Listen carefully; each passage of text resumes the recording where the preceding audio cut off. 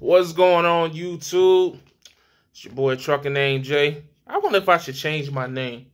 Should I go back to that guy named? Nah, maybe a dispatcher named Jay. No, maybe a. Nah, my wings about it.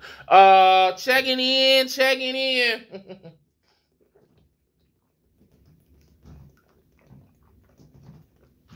What's going on with y'all, man? Damn it, I dropped my top. Damn, that water was good, boy. I'm trying to tell you. Water is amazing, man. Like, I don't even know how to explain it. Like, when you really start drinking water, like really drinking water, and you just start noticing the different taste in waters, and you're like, I don't even drink cold water. I used to love cold water, but now it's just any type of just warm water, spring water. This is Deer Park natural spring water. Spring water is the best. I can't even drink purified water anymore, man. Oh my God, it's just, you can almost taste the chemical in it. You know what I'm saying? But yeah, sorry, just a little side. All right, so what I'm gonna talk about in this video, let's see, let me look at my calendar here. Today is, that's next week. So that's next week too. I need to look up a calendar. I want to say today is the 22nd. I want to say today is the 22nd, yeah, because I got paid yesterday on the 21st from YouTube. So, yeah, so today is the 22nd of November. And I got a call from my lawyer on Tuesday, I want to say. It was Tuesday. No, Wednesday. They didn't call me till Wednesday, which was the 20th, in regards to that court case that I had to deal with my previous company. So basically, I got a call. My court date was on the 18th, which was Monday. And the tickets was for the hazmat ticket, which was the environmental ticket or whatever. I don't even know how that is classified. I gotta, they send me an email. I'm about to pull up the email on my laptop as soon as I get off this video. But, in the email, it's supposed to specifically tell me what the environmental ticket is, whatever. I just hope that it doesn't affect. Oh, I'm gonna get to that. Okay, so I got the environmental ticket, and I had the failure to acknowledge, I think, a controlled device, which that was the moving violation. So from a trucker standpoint, out of both tickets, the moving violation could do more damage to me because at the time, I was looking to go to Great Wide, and still maybe that's never say never, but that is just like that's a long shot back up. Again, I got some other things I'm trying to do, so again, we'll talk about that later. But anyways, so yeah, so we were looking at those, trying to get them dismissed. Of course, for those who you have been under a rock or, act like you're not intelligent enough to keep up with the status of my videos because I upload them at different times because I had a life-changing crisis and I was in the hospital for a week, so it affected the upload date of my videos. So now I'm uploading older videos at a newer date. But whatever. I'm talking about the ticket that I got when I was with the butane hauling situation, and we went and picked up those empty butane, well, what we thought or what we were told or led to believe were empty butane tankers out of Illinois, and took them to Houston, PA, and went through Columbus, Ohio, inside of I-270, 270. The little in circle of Columbus or whatever fuck. We got those tickets. Go watch the old videos. Go dig them up. Shouldn't be too far ago. But anyways, we got those tickets. Had to go to court. Company was supposed to pay for the lawyer. Company never paid for the lawyer, which is why I ended up quitting. And end up coming home to find out about my health problem. Thank God, good. Won't he do it? But anyway, so yeah, that's why I ended up quitting, on top of a bunch of other different things that were going on at that time. 3 to 4 of my checks back to back was messed up. Certain things were promised, didn't come through. It was just a bad situation. I don't want to bring it back up because that's 2 weeks old now, and I just don't want to go back and relive that. It's a very stressful time. a situation that, quite frankly, almost killed me, literally. You know what I mean? So whatever, that was a bad play. That's probably one of the worst trucking jobs I've ever had. I mean, not just because of money-wise, because money-wise it paid decent, but just because of the everyday, day-to-day stressing that I did, the everyday frustrations that I dealt with. That probably was the worst trucking job that I've had. So if you ever run into Marley Trucking and Transport, out of Raleigh, North Carolina, if you ever run into Peak Velocity out of Garland, North Carolina, I'm not going to tell you not to go there, even though I really want to tell you not to go there. Just be careful, man, because, you know, they may have good intentions, but sometimes the people with the best intentions will screw you harder, longer, and what, you know, worse than anybody else, you know what I mean? So, you know, some of the worst things imaginable have been done with the best intentions. You dig what I'm saying? So, but anyways, so, you know, I got that ticket, and so the results from the court was as follows. They pretty much, because we couldn't prove that the tankers were empty, because, I mean, they weren't. You know, when I talked to the actual repair shop myself, they said, hey, man, if those placards were up there, they probably had some residue in it. And I'm just like, man, are you sure? Because my boss, you know, sure made it seem like they knew that they had been washed out and all that. And he was like, man, I'm telling you, man, you know, we've been doing this for a long time, and I'm not trying to call your boss a liar. And this is when I actually talked to the G&D tank place out of Illinois, where we picked the tanks up from. And he said, man, I'm not trying to call your boss a liar, and I'll do some more digging, but if those placards are up there, 9 times out of 10, there was residue in that tank. I'm like, man, I really wish I would have known that up front. But whatever. Still had to pay for the lawyer. The lawyer's $500. I paid all of that out of my pocket because, again, the company said that they were going to pay it, and they never did. So, yeah, there's that. Whatever. But basically what happened was I had to take a plea deal, I guess, if you will. Basically, because there was no way to prove that the tanks were empty, because they weren't, I had to plead guilty to the hazmat ticket. Plead guilty to it.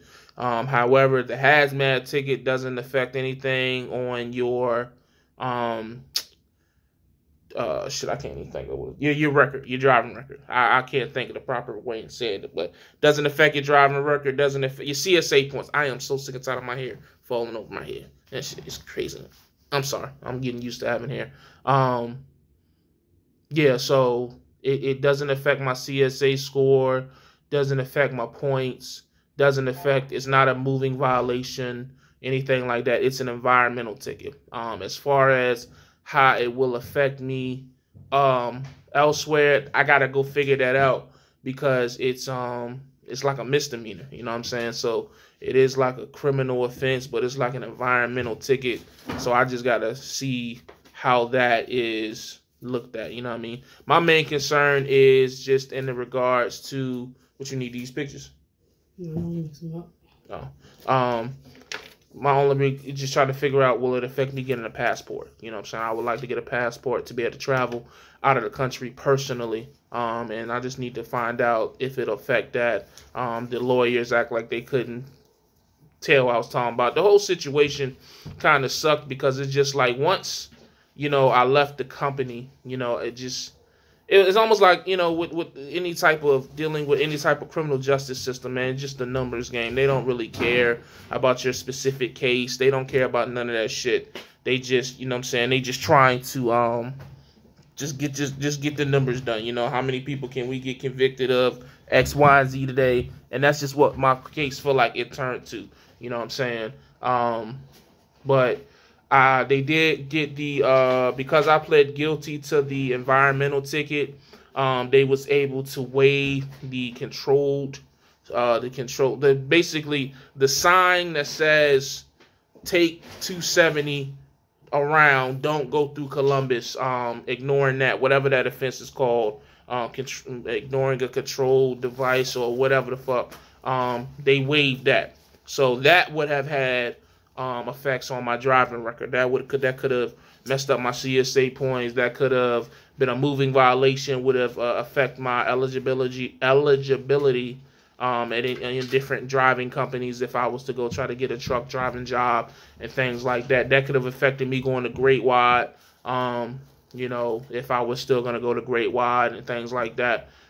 So at the end of the day, it all came down to I came out here looking for a truck driving opportunity. I came out here trying to make the most money I could make, and it ended up being, man, you know what? It ended up being me getting a court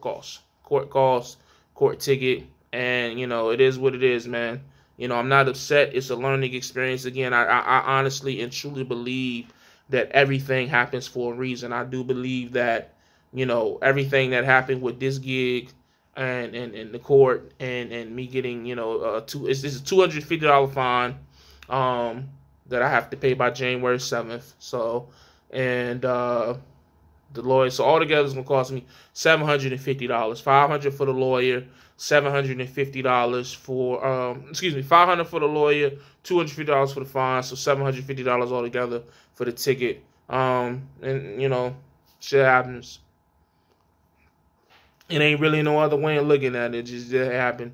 It happened. It's over with. It could have been worse. That's just all I could look at it. You know what I'm saying? So because I could have been out here, you know, driving in the truck and thinking that my lawyer was paid for, and then, you know, the court date could have came and then I would have been screwed that way. Or, you know, maybe, you know, hindsight now, you know, looking back at it, you know, I do think that I should have been more, and normally I am with situations like that. I should have just been on it more, but you know, me putting my trust in the wrong people is what this was. But you know, it's on me, period. It's on me. I should have known. I should have known better, you know, with having a hazmat. I should have known better with, you know, knowing which route to take. I should have known better with securing my own lawyer. I should have been better. You know, I can't put this on them. I can, but I'm not going to. I should have been better. You know what I mean? So moving forward, especially with the business moves that I'm trying to make, I'm just going to have to be able to stay on top of my P's and Q's, man. I just can't really trust anybody when it comes to, you know, my livelihood, my money, and just my security. You know what I'm saying? I just can't trust nobody else with that outside of my wife. You dig what I'm saying? And my son, when he becomes of age. Some people, you know, you think you can put your trust in people with certain things, and you just can't, man. You can't depend on everybody. People don't care about you, especially these trucking companies, man. These trucking companies do not care nothing about you. Let me be the first, second, third, and last to tell you. I don't care if it's a mega carrier or a mom and pop with 2 trucks. They do not give a fuck about you. They just care about what you are able to do behind the wheel of that truck. Period. I don't care what nobody say. It's going to be some fleet owners or some owner-operators going to come in the comment. I love all my drivers. Yeah, you love them when that truck moving. Let that truck sit. Or listen, y'all disagree about something, man. This is business, man. And this is what we always got to remember. Trucking is always going to be business. I don't care if it's family operated, whatever. It's business. Period. Period. Okay? Don't get it confused. Don't let it, you know what I mean? I don't want to hear none of that stuff, man. Now, I laugh at people now when they be like, well, they treat me just like family, and they know my wife's name, and they know my sister, and they even know my pet dog name. Man, no, whatever. That shit sound good when everything going good, but at the end of the day, you ain't nothing but an ass in a seat. Period. That's just what it is. Unless you are physically related to them, and even then, that can make it even messier if it go the wrong way. You know what I mean? So, but that's where I'm at with it, man. It happened. It's over with. I'm glad it's over with. You know, again, with my business moves moving forward, hopefully it's not even a situation where my driving record affects my employment or any type of contract moving forward, because I'm not going to be moving trucks like that. You know, that'll, you know, hopefully being a truck driver will now be a plan B for me, you know, God willing, everything go good moving forward. So, but that's where I'm at with it, man.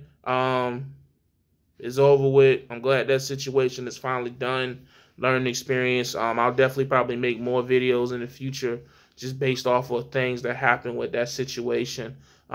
Just to kind of warn people with dealing with these fleet owners, man. You can get screwed over really badly with the wrong fleet owner, man. There's a lot of guys out here who have gotten fleets and they have spent all their money on fleets. And, you know, whether it's leasing or buying a cat, I don't give a fuck. If you own the truck and you ain't got no money, you bad off. If you leasing the truck and you ain't got no money, you bad off. So it don't matter all that lease out versus owner op. I don't care about authority, none of that. If you ain't got no money, if you ain't got the right amount of capital, you out here and you hurting and you putting your drivers in bad situations because you trying to make every single pay. Ain't nothing more dangerous out here than a fleet owner or authority that ain't got no money, because they gonna put their drivers in any situation they need to put them in to make money, and they don't care about the consequences. And when shit hit the fan, they gonna throw that driver under the bus. Period. I've seen it. I've experienced it. It's just, that's just the doggy dog world that is trucking, man. Everybody want to be a boss. Everybody want a $20 dream on a $5 budget. Don't work like that. So, but as always, stay safe, stay positive, stay productive. God, family, trucking. I'm gone.